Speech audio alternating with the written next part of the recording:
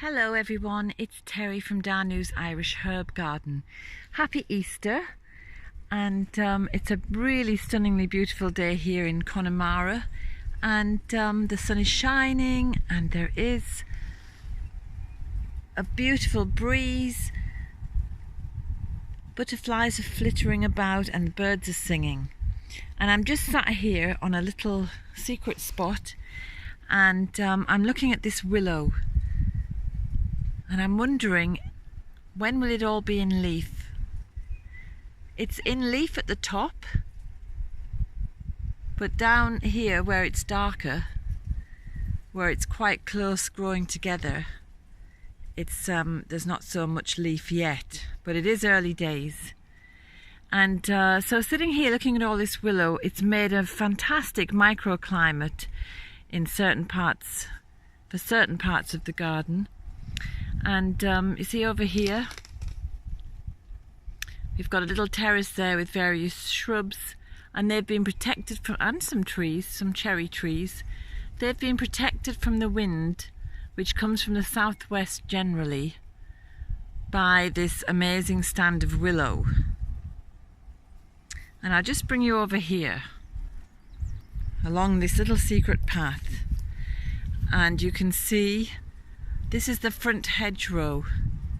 It's mainly hawthorn. Well, it is hawthorn, it's a hawthorn hedge, but just behind it we've got some other trees, and they've only been here for between 2 to 10 years, depending on which tree we're looking at.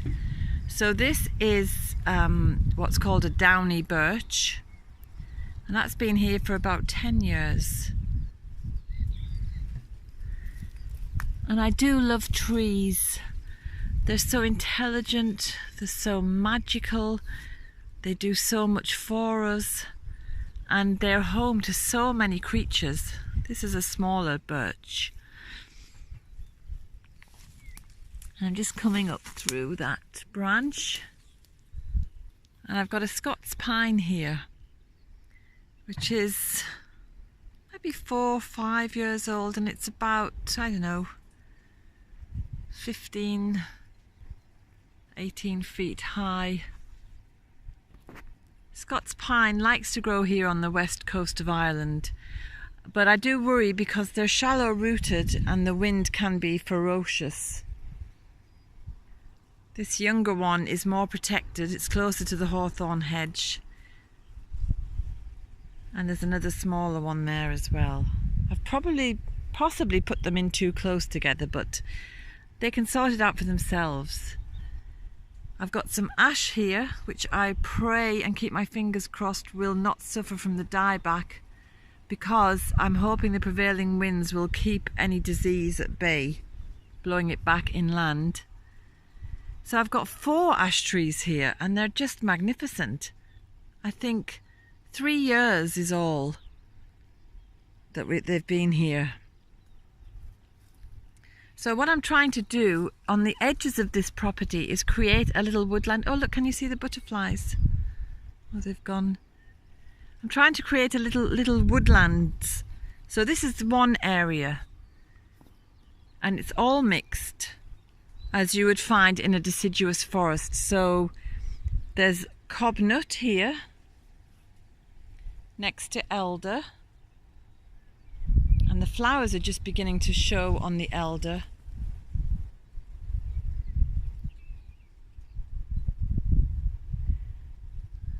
Hawthorn.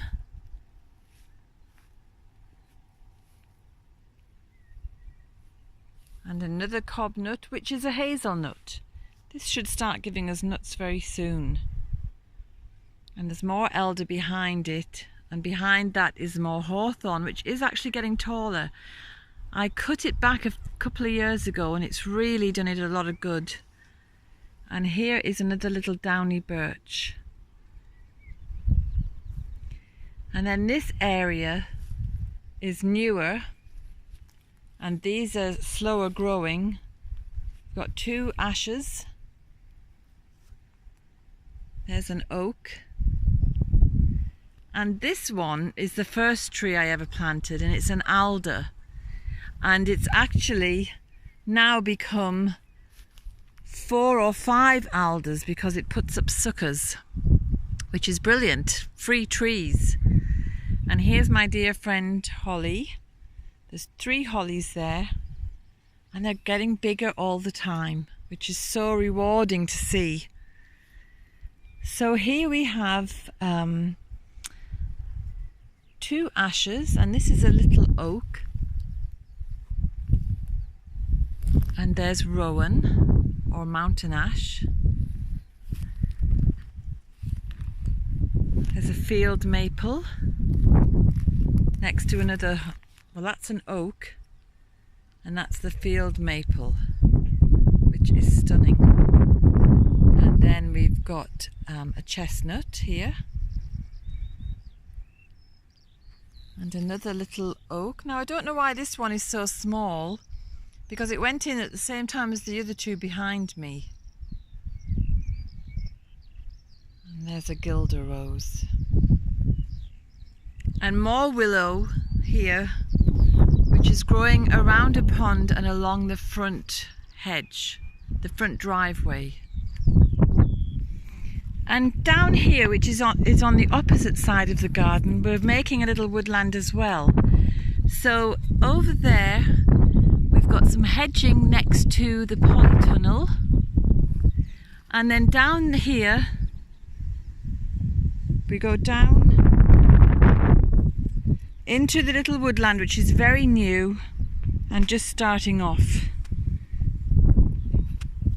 So there's lots of alder and rowan because they do well here in the west of Ireland with the wind and the water. There's a pear tree which is sadly kind of bent over with the wind.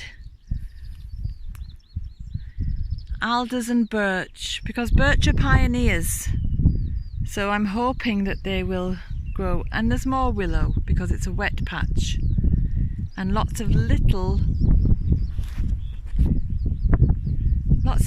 baby birches that I've just planted in the last month or 2. You can see there.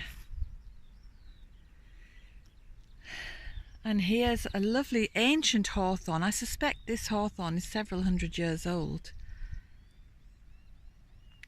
And I love woodland, and Connemara is pretty denuded of woodland. If you look around out there, you can see there are no trees. Very few trees. And then there's the mountains. It's a difficult place to grow, really, because if there isn't a rock when you dig down, it's very boggy, or else it's just too shallow. So it's a bit of a miracle, really, that any of these trees are here at all. But we keep popping them in and hoping for the best. And not everyone survives. This poor birch doesn't seem to be doing well at all. We've also got the southwest gales straight off the Atlantic carrying a lot of salt, which doesn't really help young, delicate trees. Once they get going, they're okay. And as I said, the birches and the alders and the hawthorns, they're pretty strong and they do put up with things. And now I'll just show you the little orchard. So in here, we've got a couple of apple trees, and actually there's 5. This is a crab apple which is growing from seed. So it's going to be years and years before we get fruit from it, but in the meantime it's beautiful. This is an eating apple tree.